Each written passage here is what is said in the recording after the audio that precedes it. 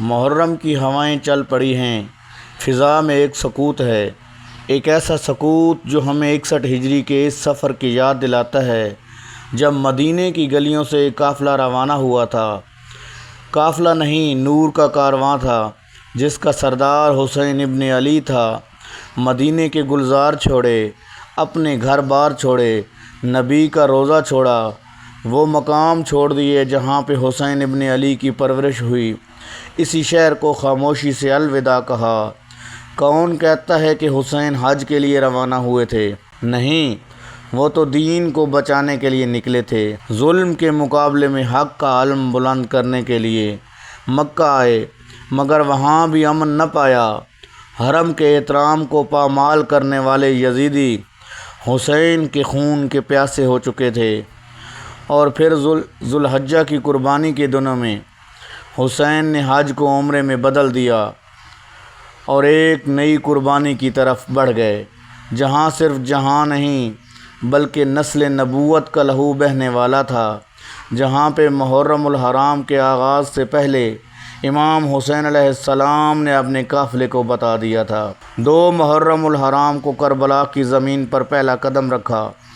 زمین کربلا نے خود کو امام حسین علیہ السلام کے قدموں میں ڈال دیا، گویا برسوں سے انتظار میں تھی۔ کہاں کہاں رکے، کیا کیا منازل طے کی، ہر قدم پہ، ہر منزل پہ ایک فریاد، ایک پیغام چھوڑتے گئے، کربلا اب تیاری کر، تیرے دامن میں وہ قربانیاں ہونے والی ہیں جو قیامت تک زمانے کو ہلا دیں گی۔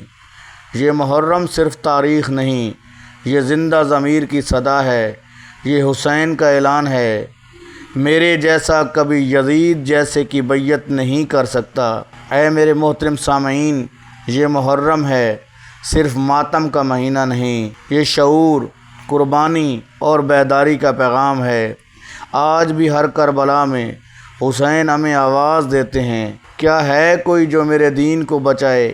کیا ہے کوئی میری مدد کرنے والا؟ کیا ہے کوئی جو ظلم کے خلاف حق کا علم اٹھائے؟ تو محترم سامعین، آغاز محرم سے آپ یہ تہیہ کر لیں، ہم نے صرف محرم ایک تہوار کے طور پر نہیں بلکہ اس عزم کا ارادہ کرنا ہے۔ جو امام حسین علیہ السلام نے قربانیاں دیں وہ کس لیے تھی؟ محترم سامعین، وہ ہمارے لیے تھی، ہمارے لیے وہ دین پہنچانے کے لیے تھی، ہمارے لیے وہ حق کے لیے کھڑے ہو جانے کے لیے تھی، ہمارے لیے تھی کہ ہمارے پردہ دار پردہ میں رہیں، ہمارے لیے تھی کہ ہماری بہنیں، بیٹیاں، بچیاں دین محمد سے روح شناس رہیں۔